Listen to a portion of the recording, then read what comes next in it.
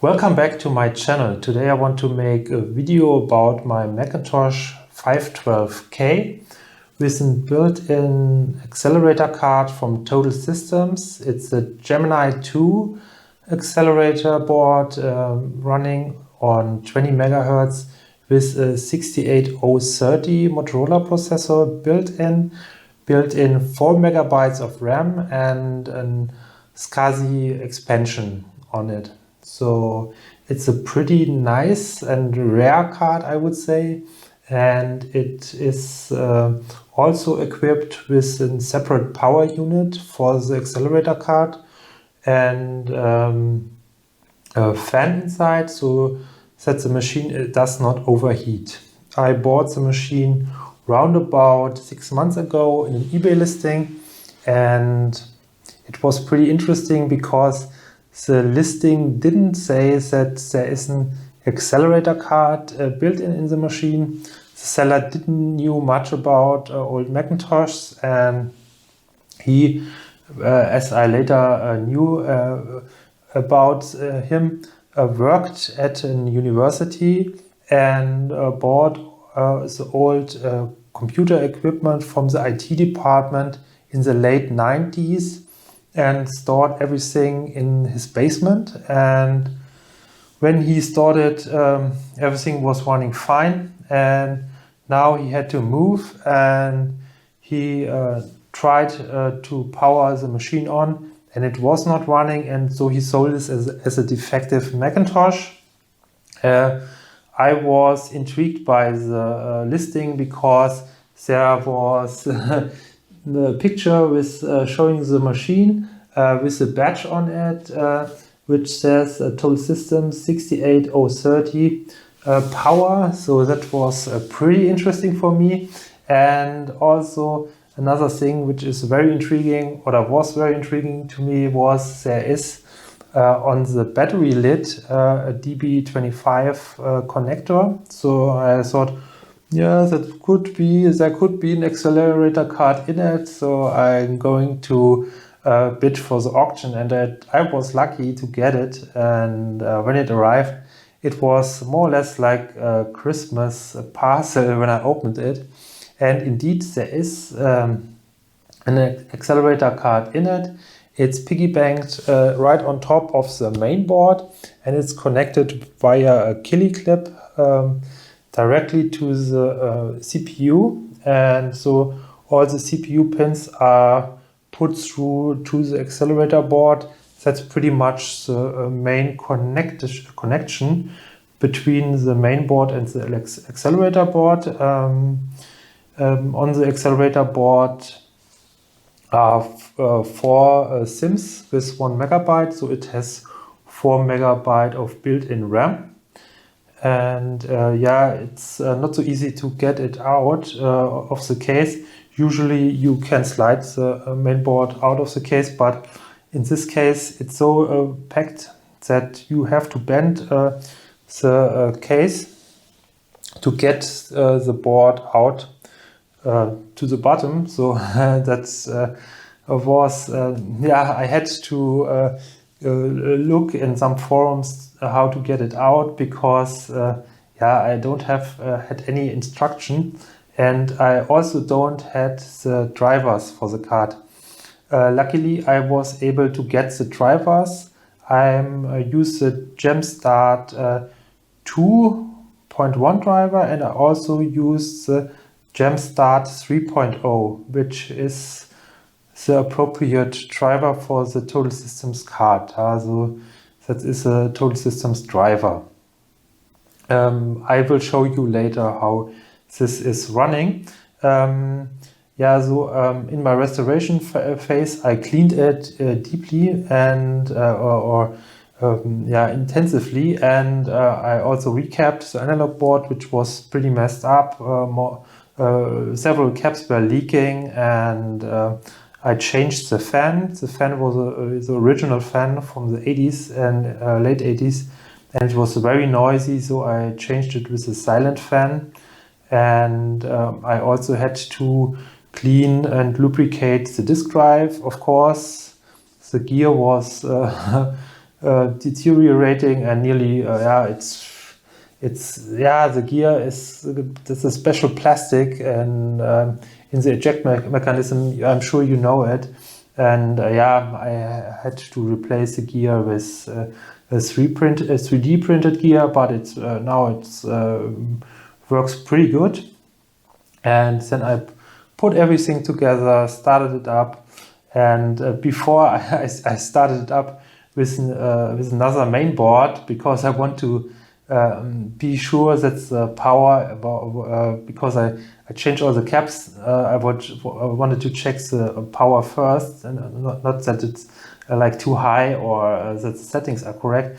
And I put in mistakenly a defective mainboard, so I had some trouble and thought I messed something up but in the end I put the board with the accelerator card in, and now it's working quite good.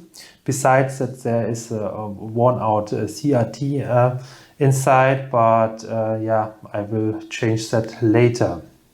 Now I've told you so much that I want to show you more the machine and the running machine. So on the front you can see here is the original badge from Total Systems, and I'm very proud of it, and I won't dare to retrobrite the case because I'm afraid that this sticker would go off, and so that's for me that's very important to keep it in an original state. And on the side you can see the former this owner or seller removed here a sticker, and if you look very carefully you can still see some of the print. It is in German, and you can see it tells printer server, don't remove. I can only imagine that it was a clear decal sticker with and so the writing could burn in here in the case.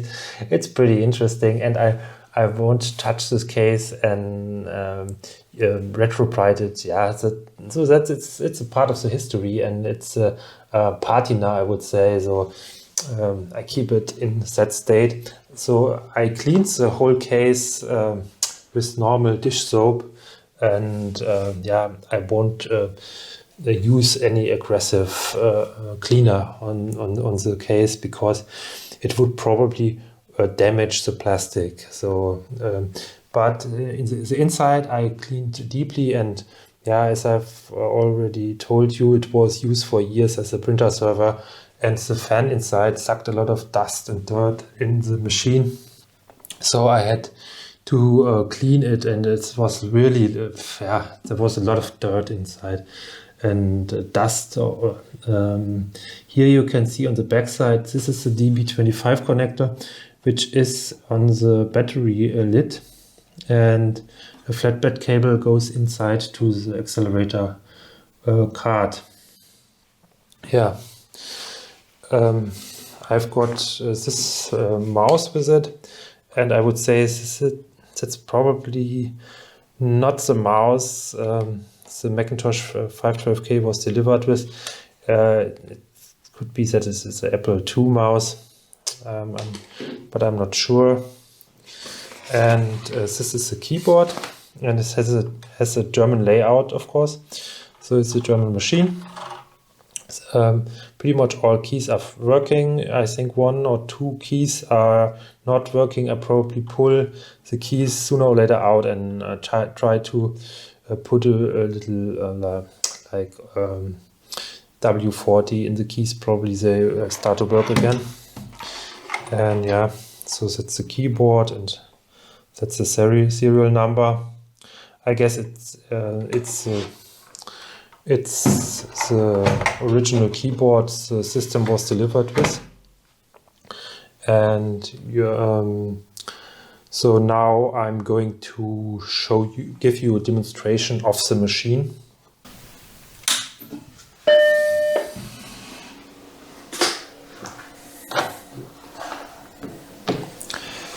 It takes some time until the boot process starts. I don't know why. Probably the reason is that the accelerator card is loading the ROM in the RAM, but I'm not sure why this happens. As you can see now, there is this symbol. The Macintosh is running from the left to the right at the bottom of the screen. That means that the Gemstart driver is installed, and the installation of the driver is pretty straightforward. You have to go to the extensions folder and place the driver here, the Gemstart 3 driver, and there's also in the Kontrollfelder, you have to put the alias in, and from there you can start the driver. And yeah, the driver has some options.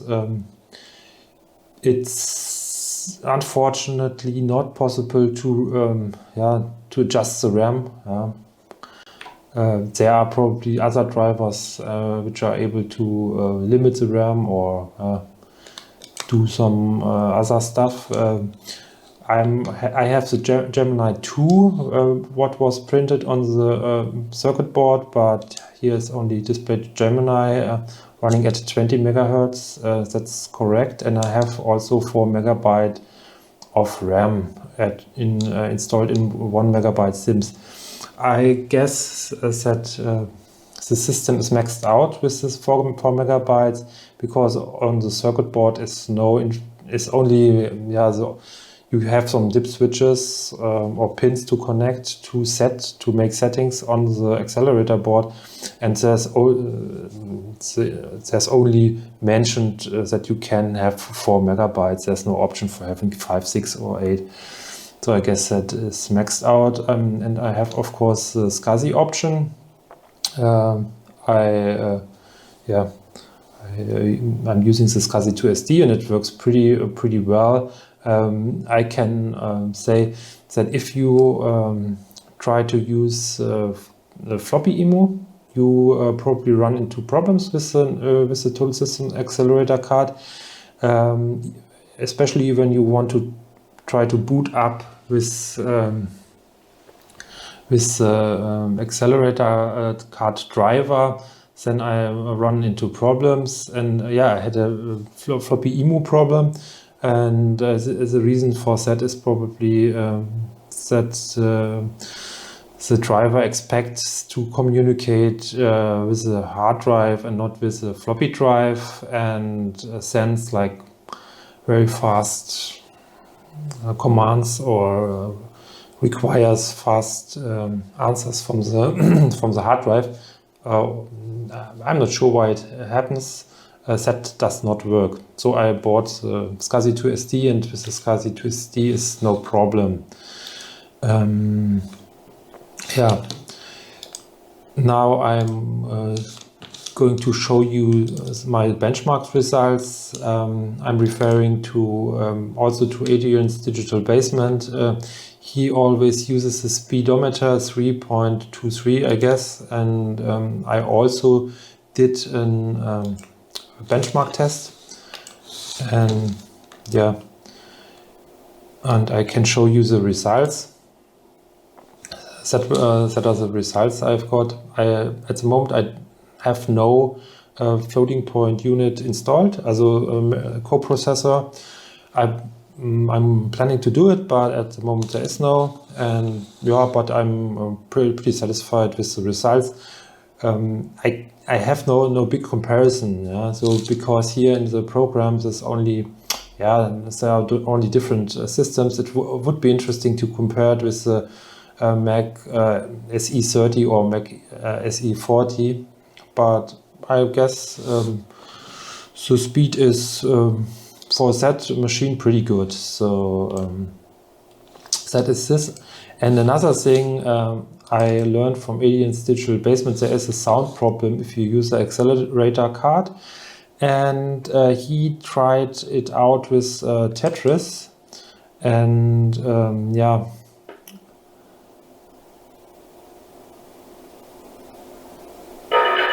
and this is the result I'm getting. I guess it's also not the perfect sound. Yeah, probably it depends on the accelerator card. Yeah, and even if I have the appropriate driver for it, that doesn't manage to handle the Tetris game. But I have good results with other games, and the sound works properly within the games. I can show you Indiana Jones now.